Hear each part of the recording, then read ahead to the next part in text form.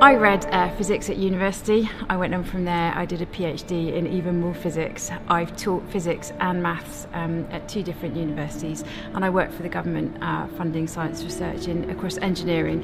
So I've got quite a background in science. Before I went to university, I would have described myself as very happily sitting on the fence. When I was 11, I'd got confirmed, and you make some really big promises when you're confirmed. You believe in Jesus, you believe in God, you renounce the devil. And as I was making these promises, I knew I didn't know whether I believed them or not, and I'd promised myself that I would think about them at some point.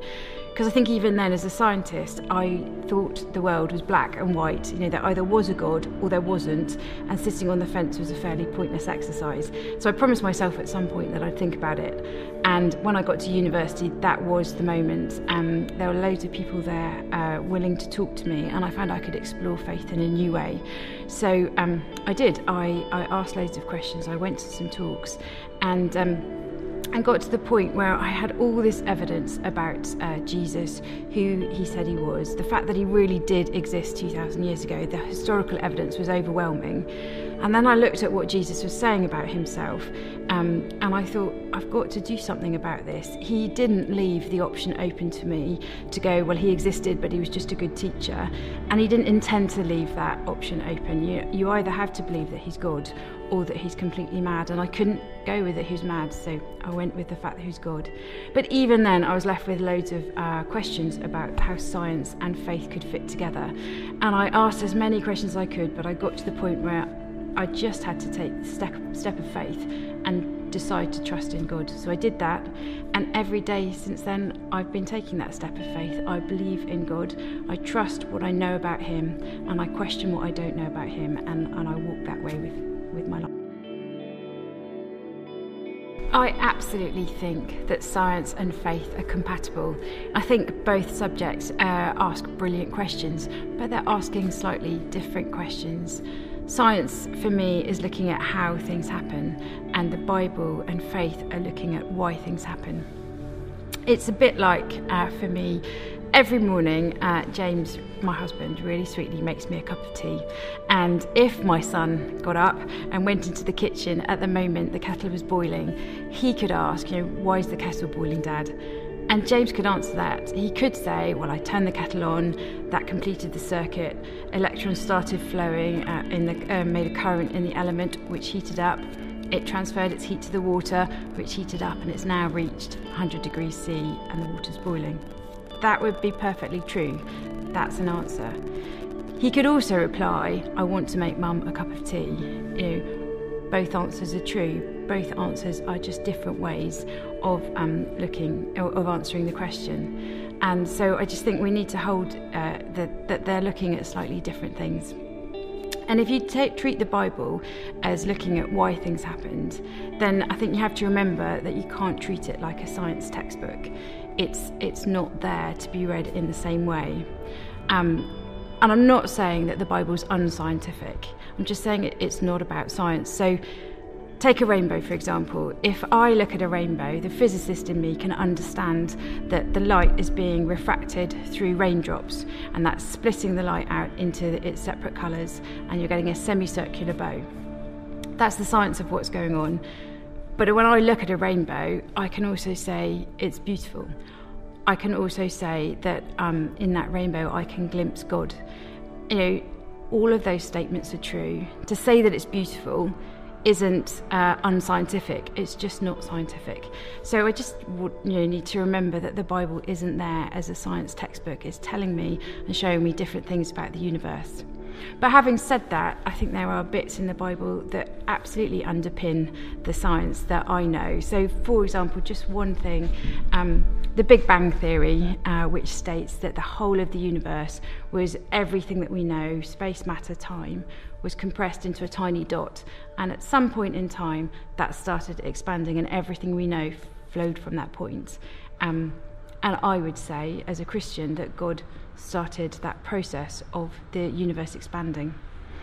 It's not mentioned as a theory in the Bible, but throughout the Bible, there are references to God stretching out the heavens. And for me, that just totally backs up what the Big Bang Theory is saying. Science is just a method. It's a way at looking at anything and everything that can be measured. But not everything can be measured. What about poetry? What about art? What about the love that I have for my family? These are very real, but science can't help me measure them or look at them. And I don't think that science can ever do away with God, because I don't think God is there to be measured by science.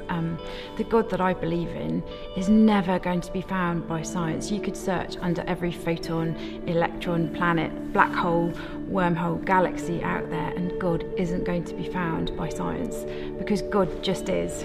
And I can explain that to you from a story in the Bible. When Moses was called by God, God went to Moses and called him to go back to Egypt to set his people free. And he appeared to Moses in the form of a burning bush. Moses was in the desert. I'm sure this wasn't unusual. He'll have seen loads of burning bushes, but this one was unusual. And what we're told is that the bush wasn't being consumed by the fire.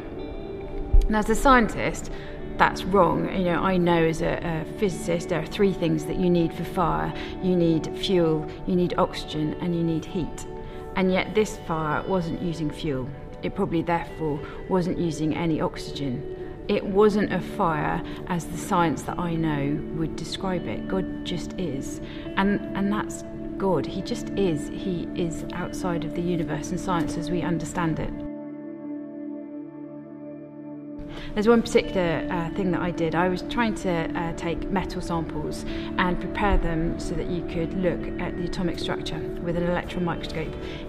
What I discovered in 3 years is that it was almost impossible. These metals were incredibly reactive, and as soon as you put them in the atmosphere, they changed their form. But I did manage to get one picture of the structure that I was after. I have no idea how it happened. And I should imagine not many people have read my research. Probably a handful of people have seen that photo, but I've seen that photo of God's handiwork and these immensely complicated structures.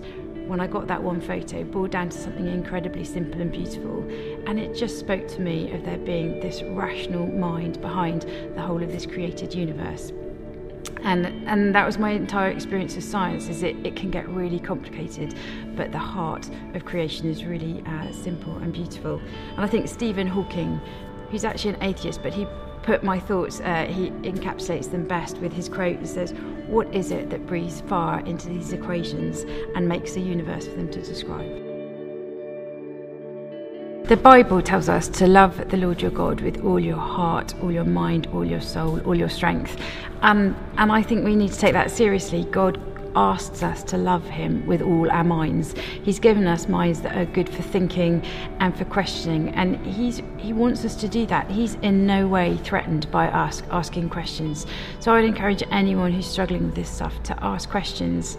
There's a great story in the Old Testament of Jacob, who spends an entire night wrestling with God before he gets to an understanding, to a place where he's happy to carry on.